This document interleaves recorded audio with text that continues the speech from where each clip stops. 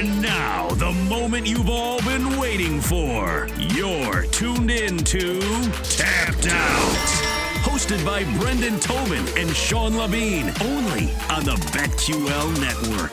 End of 2023. Who are our champions going to be? BT, let's start with the bantamweights. Right now, it's the most disrespected, most unliked, and for whatever reason, most discredited bantamweight and current champion in the UFC, and that's Aljamain Sterling.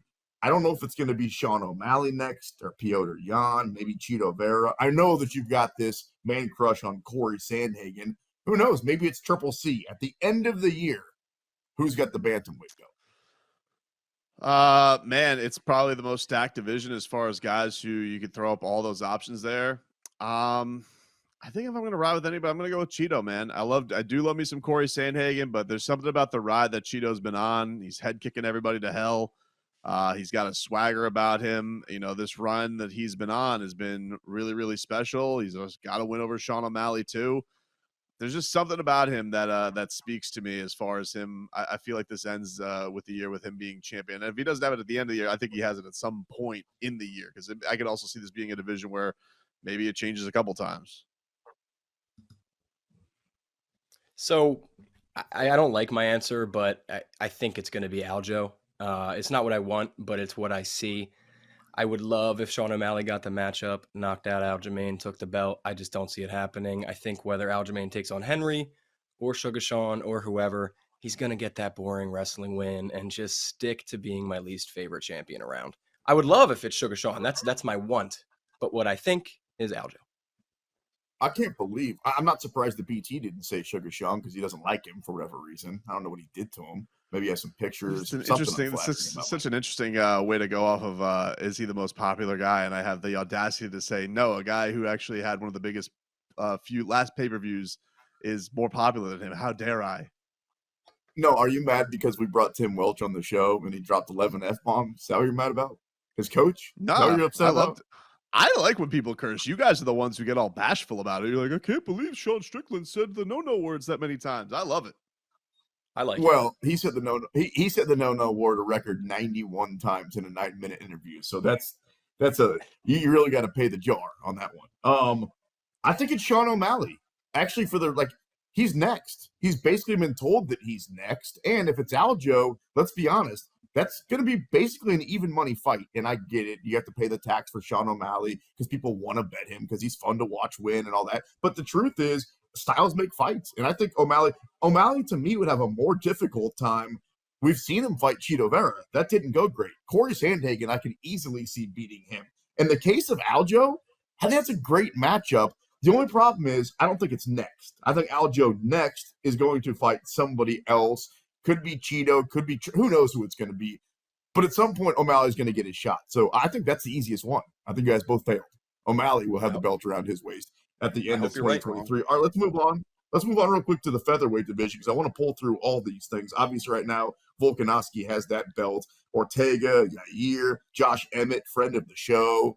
I don't know. Maybe somebody outside the top 5, BT, who's got that featherweight belt at the end of 2023? So we're counting if he's the interim champion. Does that count? Like, how are we going about this? Like, what if Volk loses and he has to whoever has that belt. Counting Volk as the belt? Sure, yeah. I think that by the end of the year that Josh Emmett is your featherweight champion. That's who I'm going with. I was going to say the same thing. If Volk, that is not the champ. That's assuming Volk moves up to 155 and stays there. But I think Josh Emmett takes that interim belt home. Friend of the show, big fan of Josh Emmett. I won a bunch of money on him way back in the day. Arnold Allen. Is Arnold Allen in the top 5? I was going to say an outsider, but he's right around the top 5 if he's at 4. So maybe that's not as original as I thought it was when I wrote it down. Lightweight, Islam looks unbeatable right now. Charles Oliveira. And that's the usual suspects. It's Dustin Poirier, Justin Gaethje. It's Michael Chandler, Fiziev, if you're a believer in one of the newcomers. Who's got that belt, the lightweight belt at the end of the year? Oh, man.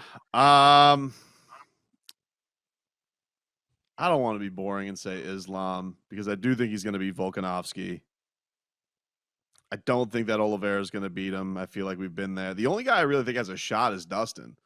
I think like Dustin having another crack at the belt. He's always game and everything.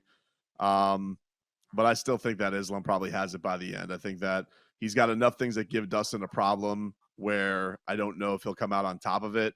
But that's my most likely candidate in that division to upset him if anybody's going to. But I think Islam still has it by the end of the year. I'll be the guy to give the boring answer because I agree. Islam will have it at the end of the year, I believe. I think he's going to beat Volk. I don't really see Dustin or anybody else being a problem for him. As you said, Charles already tried and failed. I don't think we're going to see much different in a second fight. However, I would love to see Arman Tsarukyan get up there and fight Islam again because I think that is an extremely competitive fight. And if anybody else is going to be champ by the end of the year, I think it's Arman. I would push back on the Oliveira thing and say throughout his career, he's been a total chameleon where he's completely changed his style of fighting as he's gone along. And everybody thinks he's this BJJ guy and all he can do is finish you. He can do a bunch of different stuff. And I think now that he's actually been in, and I'm not saying it went well. It did not go well for him against Islam at all. But we thought it might not go well for him. And we were right. Now that he's been in there and he's seen it and he can change up his style a little bit, if I have to be original, I'll say that it's Charles Oliveira because I actually think that he's worthy, maybe not immediately of a rematch, but I wouldn't be surprised if his next fight is for a championship. Charles Oliveira defended enough times against enough killers where I think that he should get another shot at Volkanovski if Volkanovski keeps defending that title. Let's move on to the welterweights where we talked a lot with our guest about the Usman over Leon fight. So right now it's actually flipped around. Leon the champion, Usman. You guys know how much I love Colby. Maybe it's Hamzat. Who do you guys think has that welterweight belt at the end of the year? I'm going to go with Stephen Wonderboy Thompson. Oh, stop. Nope. Here's what I think, dude. I'm telling you right now, I think Leon's going to beat Kamaru in the rematch. I think Wonderboy gets that opportunity against Leon. And if he's not taking on a wrestler, I like Wonderboy anybody against striking match. We saw how good he was. He's still got plenty of gas in the tank. I think this is our old timer. There's always also, it feels like an old timer who gets that Twilight belt by the end of the year, whether it be Glover, whomever. Like this to me, this is the old guy belt. I feel like if somebody's going to come in and swoop into the division, what's a fun matchup? Wonderboy is it. He's only 6, dude. It's not like he's ranked like 15th. You're giving me like this look like I'm crazy. Set him straight, Jake. I mean, maybe it would be cool, but if the circumstances play out like that, sure, I'll buy it. I'm going to go with a different set of circumstances, though. I'm going to say Colby Covington. What I think is Usman might be done. We've been hearing a lot about his hands and his knees, and I don't like what I'm hearing. So, assuming that fight doesn't happen immediately, if ever again, I think Colby's going to get loud, and I think he's going to call out Leon, and I think he's going to wrestle him to a victory and a championship. And, of course, Colby's got a crack at the belt against Usman a couple of times. I think if we do see him fight Hamza, that's the quickest way to the belt. Like, if you gave Usman all he wanted in 2 fights, he couldn't finish you. I know technically he did in the first fight, but whatever. Like, he gave him good fights. And then you can beat the monster that is Hamza. And Colby would come in as a huge underdog in that fight. I'm gonna say it's Hamza. Like, I'm not gonna try to be too original with this one. Like, if you made me bet my life, that would be the answer I would give you. He's the scariest guy. I think there's a very good chance he's also the best guy. I think we're going to find that out this year. If Hamzat took on Leon, you guys wouldn't put your money on Leon. Don't be silly. You put every penny in that bank account on Hamzat Chimaev. So as long as Hamzat can make weight. Go ahead. I just said as long as Hamzat can make weight, yeah. Sure. Although Sean's very willing with the weight rules too. He feels like he can give you whatever weight you want and be the champion. Well, see, BT got a little bit upset when Charles Oliveira missed weight. And let me remind you guys that he did miss weight by 0.02 of a pound. Not a pound, not 2 pounds. Make the weight or not, dude. By 0.02 of a this guy. Can you imagine this guy's your substitute teacher that comes in? Can you imagine? You're like, just get out of here, old lady. Was I in first place or second place? I won by 0.2 seconds. Sounds like you were in first place. Oh, okay. Was I 155 pounds or 155.2? Who cares? I'm Sean. I'm commissioner of willy-nilly, the UFC willy-nilly division. This guy, the no fun. I mean, unbelievable. And I'm friends with this guy. Good friends. I don't know why. Does Izzy get the belt back? Does Izzy to get back his middleweight belt? I'm gonna say yes. I think he's. I think Izzy is champion by the end of the year. I think that he's a smart enough fighter. I think that he gets enough cracks. He was also on his way to winning that one. People may say that Pereira's got his number. I get that. I get the argument, but I feel like Izzy is smart enough to bounce back. He's already bounced back from adversity before with the loss to Jan. So I like Izzy.